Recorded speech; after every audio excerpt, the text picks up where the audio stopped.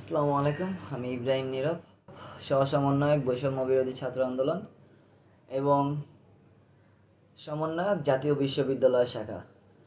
আমার নামে যে গুজবটা ছড়িয়েছে যে আমি নাকি মারা গিয়েছি অথবা ঢাকা বিশ্ববিদ্যালয়ের একজন শিক্ষার্থী নিহত হয়েছে, দুটোর একটিও সত্যি না।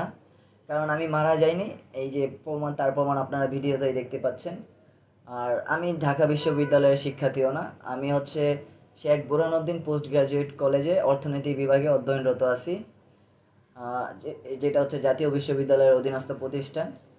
আর আমরা এখন আমার শরীরের অবস্থা ক্রিটিক্যাল খুবই, কারণ হচ্ছে শরীরের বাম পাশে যে অংশটা সেটা এখনও অবস্থায় রয়েছে।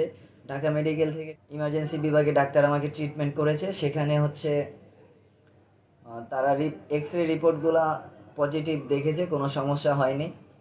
তারা কিছু ওষুধ সাজেস্ট করেছে, আহ, ওষুধ খাচ্ছি, ব্যথানাশক ইঞ্জেকশন দিয়েছে, শরীরে ব্যথাটাও কমেছে। আহ, আর আমাদের সংগ্রাম অব্যাহত থাকবে যতক্ষণ না পর্যন্ত কোটা সংস্কার হচ্ছে, আমাদের সকল ন্যায্য দাবি মেনে নেওয়া না হচ্ছে, ততক্ষণ পর্যন্ত আমরা রাজপথে থাকছি। আমাদের লড়াই চলছে, চলবে। আমাদের ভাইরা যে আহত হয়েছে, মারা গিয়েছে, তাদের রক্ত যেন বৃথা না যায়।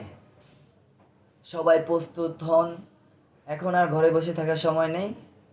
আপনারা প্রস্তুত হন, আমরা এই যুদ্ধের বিজয়ী হব ইনশাল্লাহ। ধন্যবাদ সবাইকে।